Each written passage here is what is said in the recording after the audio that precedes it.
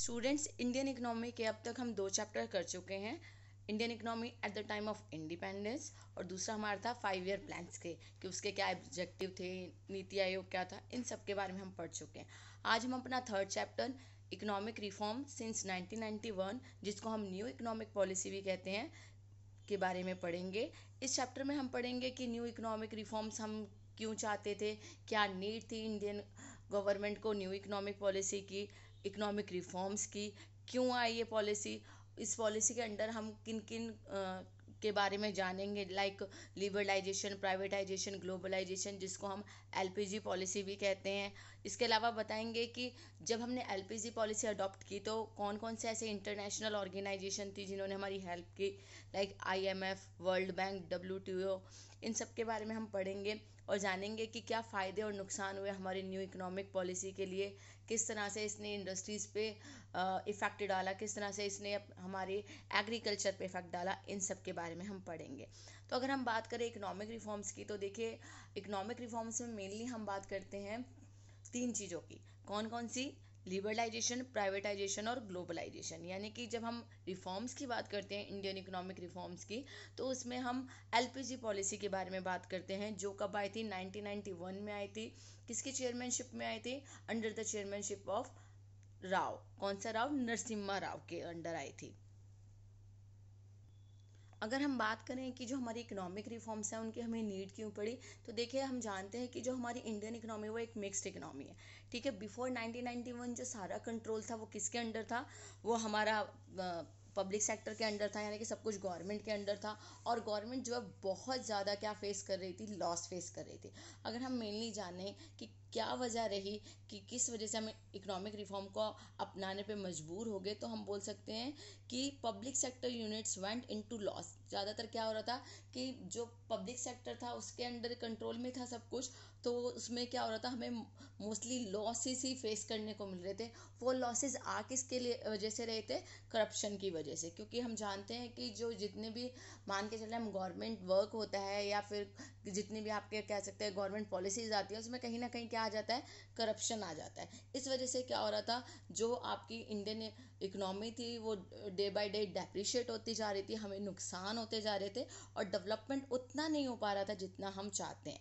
ठीक है, reason of mismanagement was appointment of bureaucratic as managers not qualified to manage the firms. इसके अलावा क्या था कि जो आपके कह सकते हैं गवर्नमेंट सेक्टर पे उनको मैनेज करने वाले जो लोग थे वो इतने पढ़े लिखे भी नहीं थे कि वो सारा कुछ अच्छे से समझ सके, मैनेज कर सके। इस वजह से क्या हो रहा था, धीरे धीरे धीरे धीरे जो जितनी भी आपकी कंट्री थी वो लॉस की तरफ जा रही थी और हमारे ऊपर डेट बढ़ता जा रहा था, बढ़ता जा रहा था। जबकि हमने ये सब पॉलिसी क्यों अपनाई थी? हम कह सकते हैं कि ये किसके अंडर हो रहा था? हमारा 5 ईयर प्लान्स के अंडर हमने बहुत सारे चेंजेस लेकर आए थे, बट लेकिन फिर भी क्या हो रहा था, डेवलपमेंट उतनी स्पीड से नहीं हो रहा था जितना कि हमने क्या किया था, एक्सपेक्ट किया था। तो इन 1991 में क्या कहा गया कि भाई हम क्या करें, अपनी पॉलिसी को चेंज करें, कुछ इस तरह की पॉलिसी लाएं कि प्राइवेट सेक्टर भी क्या करे, पार्टिसिपेट कर सके, किसके साथ? गवर्नमेंट सेक्टर के साथ, ताकि जो गवर्नमेंट सेक्टर है उसे उतना ज़्यादा लॉस सफ़र ना करना पड़े। इसी को ध्यान में रख के हमने क्या बनाई, अपनी इंडियन इकोनॉमी पॉलिसी बनाई 1991। तो अगर हम मेन रीज़न की बात करें कि किस वजह से हमने इकोनॉमिक रिफॉर्म अपनाया, तो फर्स्ट है हमारा adverse balance of payment. Adverse balance of payment में क्या हुआ? देखिए बैलेंस ऑफ पेमेंट क्या होता है? बैलेंस ऑफ पेमेंट ट्रांजेक्शन होती है किसकी? Residents of a country with outside of the world. कहने का मतलब ये है कि एक कंट्री के जो रेजिडेंट होते हैं वो आउटसाइड वर्ल्ड से जितनी ट्रांजेक्शन करते हैं वो हमारी किस में काउंट होती है? बैलेंस ऑफ पेमेंट में काउंट होती है। तो उसका क्या परिणाम था? वो था adverse. Adverse balance of payment का मतलब हो गया कि हमारे जो इम्पोर्ट है या कह सकते हैं कि जो हमारा कर्जा है, डेट है, वो तो ज़्यादा है और जो हम कहते हैं एक्सपोर्ट है वो हमारा क्या था? कम था। इस वजह से जब एडवर्स बैलेंस ऑफ पेमेंट की सिचुएशन आई तो हमने सोचा कि क्या करना चाहिए, हमें अपने जो इकोनॉमी है उसमें चेंजेस लाने चाहिए ताकि हम अपना कर्जा उतार सकें। तो country need foreign exchange to pay for imports. देखिए मैं बता रही हूँ, हम इम्पोर्ट ज़्यादा कर रहे थे और एक्सपोर्ट कम कर रहे थे, तो हमें फॉरेन एक्सचेंज की ज़रूरत थी कि हाँ जब हम इम्पोर्ट कर रहे हैं तो हमें वो पे करने पड़े। और जो आपके एनआरआई से जितने भी, वो क्या कर रहे थे, वो इतना ज़्यादा पैसा लगा नहीं रहे थे, मतलब जो एनआरआईज थे वो पैसा भिजवा नहीं रहे थे इतना किस में कंट्री में। Export had been decreasing due to low quality and high prices of Indian goods. जो आपका एक्सपोर्ट था उसका भी क्या हो रहा था, डे बाय डे एक्सपोर्ट की क्वालिटी जो प्रोडक्ट थे वो इतने अच्छे थे नहीं, उनके प्राइस बहुत ज़्यादा हाई थे, इस करके क्या है उनकी डिमांड इंटरनेशनल मार्केट में कम होती जा रही थी।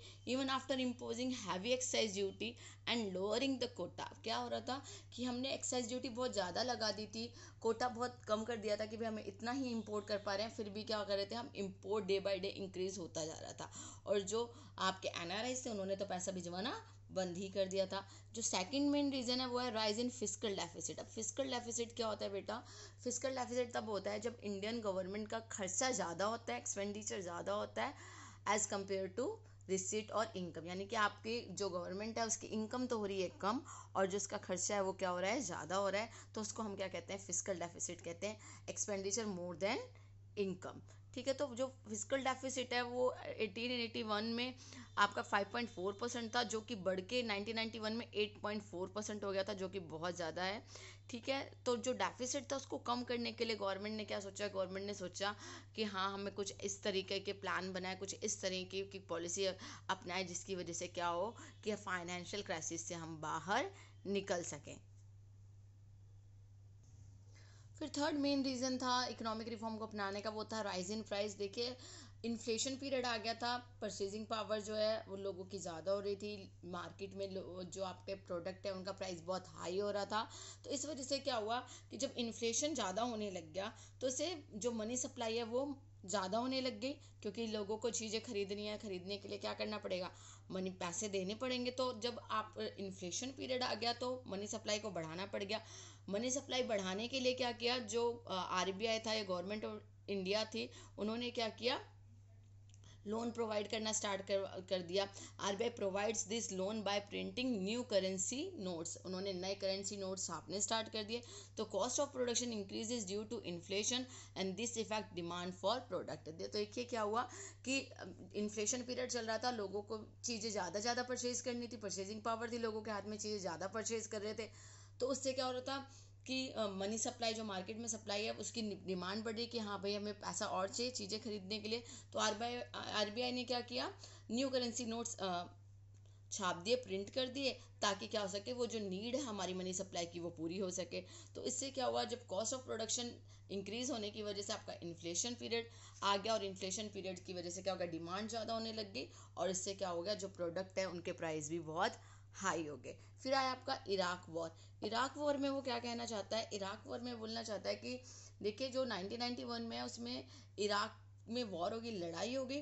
तो जब वॉर की बात आती है, देखो जैसे अभी भी चल रही है ना यूक्रेन की, तो जहाँ से हमारा इराक से क्या आता था, पेट्रोल आता था, तो उस टाइम पर भी यही था। जैसे इस टाइम पर हो रहा है कि यूक्रेन से हमारा पेट्रोल आ रहा है, तो पेट्रोल के प्राइस, क्रूड ऑयल के प्राइस हाई होते जा रहे हैं, दिन पे दिन पेट्रोल का प्राइस बहुत हाई हो रहा है 2022 में।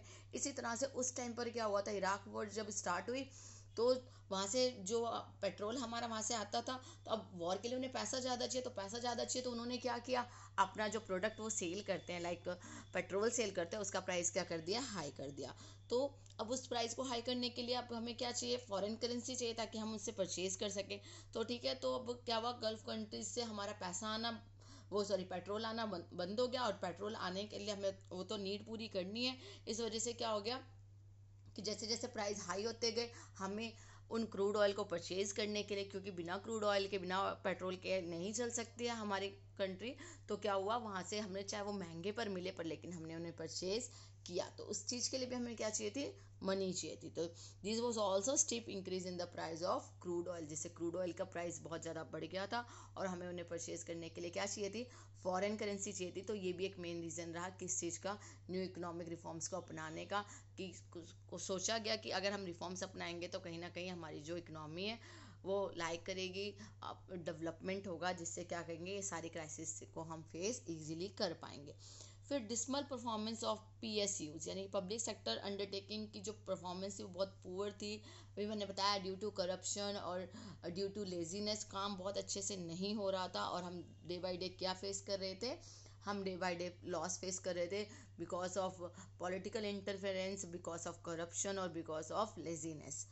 फिर है 6 पॉइंट हमारा fall in foreign exchange reserve. अब देखिए धीरे धीरे जब हम अपना जो जितना हमारा फॉरेन एक्सचेंज रिजर्व होगा उसको यूज़ कर लेंगे टू परचेज क्रूड ऑयल और टू इम्पोर्ट समथिंग, तो क्या होगा धीरे धीरे वो ख़त्म हो जाएगा। तो अब फॉरेन एक्सचेंज रिजर्व धीरे धीरे क्या हो गया हमारा कम होता चला गया। तो अब हमें दोबारा अगर चीज़ परचेज करनी है तो उसके लिए हमें क्या चाहिए होगी, फॉरेन करेंसी चाहिए होगी। तो इसके लिए भी हमने क्या सोचा कि हम क्या अपनाएं, न्यू इकोनॉमिक रिफॉर्म्स अपनाएं, क्योंकि उस टाइम पर कंट्री की सिचुएशन ऐसी थी कि वो जितना डेट हमने ले रखा था, उधार हमने ले रखा था, हम उसका इंटरेस्ट भी पे नहीं कर पा रहे थे।